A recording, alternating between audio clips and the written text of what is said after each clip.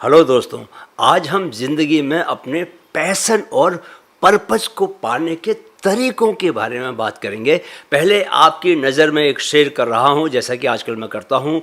उम्र दराज मांग कर लाई थी 4 दिन, उम्र दराज मांग कर लाई थी 4 दिन, 2 आरजू में कट गए 2 इंतज़ार में। दोस्तों ज़रा ध्यान दीजिएगा कि सीमा अकबराबादी का यह शेर कहीं आपकी ज़िंदगी की कहानी तो नहीं कह रहा। अगर कह रहा है तो मैं इस कहानी को बदलने में आपकी मदद करने आया हूँ। ध्यान से सुने, आज मैं जो बात बता रहा हूँ और ज़िंदगी को चारों कोनों से पकड़कर पलटने को तैयार रहें, क्योंकि यह काम आपको ही करना होगा, क्योंकि ज़िंदगी आपकी है। यह बात थोड़ी तकलीफ़ दे सकती है, पर सच्चाई यही है कि अपनी ज़िंदगी के लिए हम ही जिम्मेदार होते हैं। हम जैसा भी जीवन जी रहे हैं, सुविधाओं से भरा अपनी मनोकामनाएं पूरी करता हुआ या अभावों से भरा अपनी कामनाओं का गला दबाता हुआ, यह हमारी ही वजह से है। आज हम इसी विषय पर डीप डाइव मारने वाले हैं कि जीवन में पैशन और पर्पस कैसे पैदा करें। हम में से ज़्यादातर लोग बिना अपने जीवन का उद्देश्य जाने पूरा जीवन जी लेते हैं, नहीं? अच्छा बताओ, क्या आपको पता है कि आपकी लाइफ का पर्पस क्या है? कुछ ज़्यादा बड़ा सवाल लगता है ना? इस ओर कभी ध्यान ही नहीं गया। आज मैं इसी ओर आपका ध्यान खींचने वाला हूँ। मैं कुछ ऐसे टूल्स और टेक्निक्स आपके साथ शेयर करने वाला हूँ जो न सिर्फ आपके पैशन से पर्दा उठाएंगी, बल्कि आपको अपनी लाइफ का पर्पस निर्धारित करने में मदद भी करेंगी। तो चलिए शुरू करते हैं यह सफ़र। Understanding passion and purpose. दोस्तों, सबसे पहले ज़रा पैशन और पर्पस को समझ लिया जाए कि इनका असली मतलब क्या है। पैशन आपका वह इंटेंस इमोशन है, वह बर्निंग डिज़ायर है जिससे आपका दिल धड़कता है और आंखों में चमक आ जाती है। ऐसा काम जिसे आप इंतहा प्यार से करते हो, जिसे करते हुए आप घंटों गुजार सकते हो और आपको लगे कि अभी तो काम शुरू ही किया है। समझ लो, जैसा पहले प्यार के शुरुआती दिनों में अपनी माशूका को लेकर होता है, दिल में हमेशा उससे मिलने की भूख बनी रहती है, वैसा ही आपको अपना पैशन कहलाए जाने वाले काम को लेकर भी होता है। आप इसे करते हुए कभी थकते ही नहीं हो। पैशन की तुलना में पर्पस थोड़ा सा ब्रॉड होता है, क्योंकि उसमें आपके पूरे जीवन को समाना होता है। उसमें आपको अपने किए जा रहे काम में मीनिंग खोजना होता है। आपको यह समझने की कोशिश करनी होती है कि आपका जो पैशन है वो कैसे दुनिया को थोड़ा और खूबसूरत बनाने में अपना योगदान दे सकता है। पैशन में सिर्फ आप शामिल होते हो, लेकिन पर्पस में दूसरे लोग, बाकी की दुनिया भी शामिल होती है। अंततः आपने दुनिया के काम आना होता है, क्योंकि उसी काम को महान माना जाता है दोस्तों जो दुनिया के काम आता है। अब सवाल उठता है कि आप कैसे अपने पैशन से पर्दा हटाएं और कैसे उसे अपनी लाइफ के पर्पस के साथ अलाइन करें। मैं आपको बताऊंगा कि आप कैसे अपने पैशन से पर्दा हटा सकते हो, यानी पता कर सकते हो कि आपका पैशन है क्या। इसके लिए आपको 5 कदम उठाने होंगे। पहला कदम, जर्नलिंग के रास्ते खुद को एक्सप्लोर करें। दोस्तों, बिना समय बर्बाद किए आज से ही जर्नलिंग प्रैक्टिस शुरू कर दो, यानी एक डायरी ले आओ और उसमें रोज़ अपनी रुचियों, अपनी वैल्यूज और अपने रोज़ के जीवन के एक्सपीरियंसेस को लिखना शुरू करो। एकदम फ्री होकर, बिना किसी रोक टोक के, जो भी आपको एक्साइट करता है, खुशी देता है और जिसे लेकर आप बहुत गहराई में पैशनेट महसूस करते हैं, सब लिखो। धीरे धीरे आप देखेंगे कि जीवन में ऐसे पैटर्न्स उभर कर सामने आ रहे हैं जिनमें आपके सच्चे पैशन के बीज छिपे हो सकते हैं। ऐसा आपको संकेत मिलना शुरू हो जाएगा। थोड़ी तेज और गहरी नज़र रखोगे तो आप उसे पहचान लोगे, राइट? दूसरा कदम, नए एक्सपेरिमेंट करके एक्सप्लोर करें। नई चीज़ों को लेकर ज़रा भी मत घबराओ। ट्रायल एंड एरर मुझे सबसे बढ़िया तरीका लगता है खुद को और अपने पैशन को जानने समझने का। ऐसी एक्टिविटीज़ की लिस्ट बनाओ जो आप में जिज्ञासा जगाती हैं। जैसे माइंड को जानना समझना मुझ में बहुत जिज्ञासा जगाता है, तो मैं हर वह एक्टिविटी करना चाहता हूँ जिसके ज़रिए माइंड की पावर को जानने और जीने का मुझे मौका मिलता है। इसीलिए मैं माइंड कोच का कोर्स भी कर रहा हूँ। यही आप भी कर सकते हैं। जिज्ञासा जगाने वाले टॉपिक्स को और ज़्यादा एक्सप्लोर करें, वर्कशॉप अटेंड करें, क्लासेस में जाएं। अब तो ऑनलाइन कोर्सेज का ज़माना है, सस्ते में कोर्स आपको मिल रहे हैं। जितने में आप मॉल में जाकर लंच कर आते हैं, उतने पैसे में तो आप 2-3 कोर्सेज कर सकते हैं। अलग अलग एक्टिविटीज़ को एक्सप्लोर करने से आप उनके भीतर जाओगे और यह महसूस कर पाओगे कि कौन सी आपकी मूल स्वभाव से रेजोनेट कर रही है, यानी वह भी आपकी ही फ्रिक्वेंसी पर वाइब्रेट कर रही है। एक बार फ्रिक्वेंसी और वाइब्रेशंस मिले नहीं कि आप अपने पैशन को तुरंत पहचान जाएंगे, राइट। तीसरा कदम, बचपन के सपनों और फैंटेसीज पर ध्यान दें। दोस्तों, अपने सच्चे पैशन को खोज लेना इतना आसान काम भी नहीं है। बहुत कम लोग ऐसा कर पाते हैं, लेकिन यह है कि जो कर लेता है उसके लिए ज़िंदगी में पैसा कमाना और सफलता पाना कोई काम नहीं रह जाता। उसको आप काम नहीं कह सकते, बल्कि वह क्या हो जाता है, एक खेल बन जाता है। याद करो कि बचपन में वे कौन सी एक्टिविटीज़ थी जिनमें आप डूबे रहते थे। कुछ इस तरह की आपको समय का पता ही नहीं चल पाता था। जैसे मैं अगर मेरी बात करें तो मैं मैगजीन्स बहुत ज़्यादा पढ़ता था। कौन कौन सी मैगजीन थी उन दिनों? लोटपोट, चंदा मामा, अमर चित्रकथा, नंदन, चंपक, जासूसी किताबें, और बाद में मैं साहित्यिक किताबें पढ़ने लगा। मेरे हाथ में हमेशा कोई ना कोई किताब रहती ही थी। नतीजा यह कि मैं एक साहित्यकार बना, मैं एक पत्रकार बना। दोस्तों, मैं एक राष्ट्रीय अखबार नवभारत टाइम्स के मुंबई एडिशन का संपादक हूँ इन दिनों। मैं इससे पहले इंडियन आर्मी में एक कमीशन्ड ऑफिसर था, जैसा कि मैं अपनी कहानी बता चुका हूँ पिछले वीडियोज़ में। मैंने कोर ऑफ इंजीनियर्स बंगाल सेपर्स में 5 साल तक देश की सेवा की। वहाँ रहते हुए UN peace keeping operation in Somalia में मैंने शिरकत की थी। यानी मैंने पत्रकार बनने के लिए ज़रूरी जर्नलिज्म की पढ़ाई नहीं की, कोई कोर्स नहीं किया। बिना कोर्स किए मैं पत्रकार बन बैठा हूँ। क्यों सोचिए। क्योंकि मुझ में लिखने को लेकर, पत्रकारिता को लेकर पैशन था, और मैं बचपन में बहुत किताबें पढ़ता था। कई बार हमारे बचपन के कामों में, बचपन के एस्पिरेशंस में एक एडल्ट के रूप में हमारे पैशन के बीज छिपे होते हैं। उन्हें पहचानने की कोशिश करो, राइट। चौथा कदम, दूसरों से प्रेरणा लें।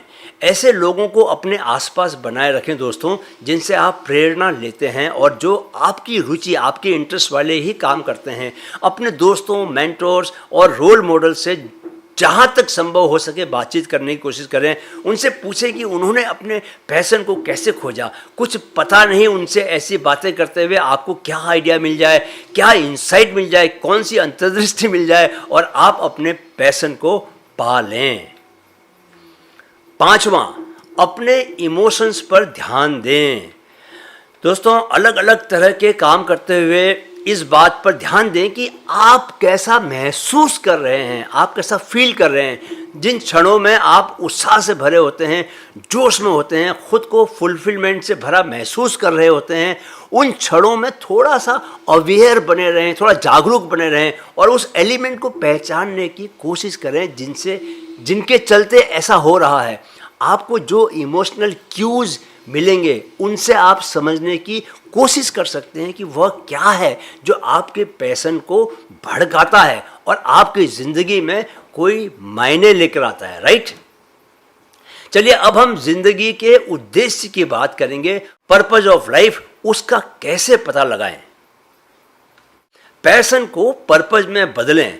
दोस्तों, आपने हिंदी फिल्मों का वह गाना ज़रूर सुना होगा, बहुत पुरानी फिल्म का गाना है, अपने लिए जिए तो क्या जिए, अपने लिए जिए तो क्या जिए, तू जिए दिल जमाने के लिए। आपने कभी सोचा कि महात्मा गांधी अगर अपने लिए वकालत करते रहते तो भले ही वे देश के एक बहुत पैसे वाले और बहुत नाम वाले वकील बन जाते, लेकिन वे कभी राष्ट्रपिता नहीं बनते। लेकिन वे राष्ट्रपिता बने क्योंकि उन्होंने दूसरे को बिना कपड़े के देख खुद भी प्रण लिया कि वे भी अब कपड़ा नहीं पहनेंगे और उसके बाद वे पूरे जीवन धोती में ही रहे। उन्होंने दूसरों को उनका अधिकार दिलाने के लिए आमरण अनशन किया। उनका पैशन और प्रोफेशन वकालत था, लेकिन उनका पर्पस क्या बना? देशवासियों को अंग्रेज़ों की गुलामी से आज़ाद करना। वे अंग्रेज़ों की कोर्ट कचहरी कानून के सिस्टम को भली भांति यानी अच्छी तरह समझते थे। उन्होंने अपनी नॉलेज का उपयोग सिर्फ अपने प्रोफेशन की ज़रूरत तक सीमित नहीं रखा, बल्कि उसे बड़े पर्पज़ के लिए इस्तेमाल करना शुरू कर दिया। तो याद रखो, जब भी आप अपने पैशन का लाभ अपने तक सीमित न रखकर उसे समाज और देश तक, उसे दूसरे अनजान लोगों तक पहुंचाते हैं, तो आपका पैशन खुद ब खुद पर्पज में बदलने लगता है। महात्मा गांधी ने खुद पर्पज ऑफ लाइफ को लेकर कहा था, the purpose of life is undoubtedly to know one self. We cannot do it unless we learn to identify ourselves with all that lives. The instrument of this knowledge is boundless selfless service. यानी आपको अपने निजी स्वार्थों के घेरे से बाहर निकलकर दूसरों की सेवा करनी ही होगी। फिलहाल मैं आपको 5 काम बता रहा हूँ। आप अगर ये काम करो तो ज़रूर अपने जीवन के उद्देश्य का पता लगा सकते हो, अपने जीवन के पर्पस को मालूम कर सकते हो। पहला काम आपको क्या करना है? पहला काम, खुद से सवाल पूछो, क्यों? दोस्तों, एक बार जब आपको अपने पैशन का अंदाज हो जाए तो खुद से सवाल पूछो कि यह पैशन आपके लिए ज़रूरी क्यों है? आप इस पैशन के जरिए क्या प्रभाव छोड़ना चाहते हैं?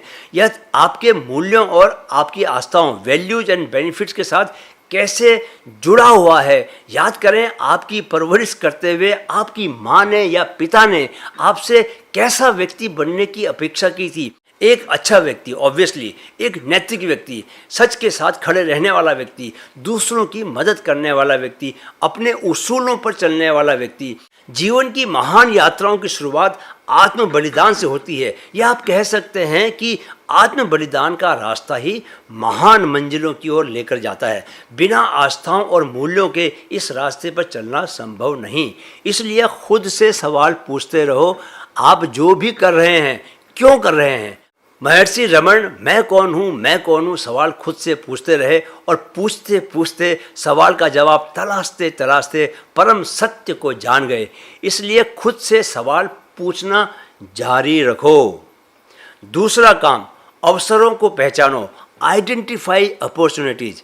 एक्सप्लोर करो कि कैसे आप अपने पैशन को उन कॉजेज और इशूज़ के लिए भी इस्तेमाल कर सकते हो जो आपके दिल के बहुत करीब हैं।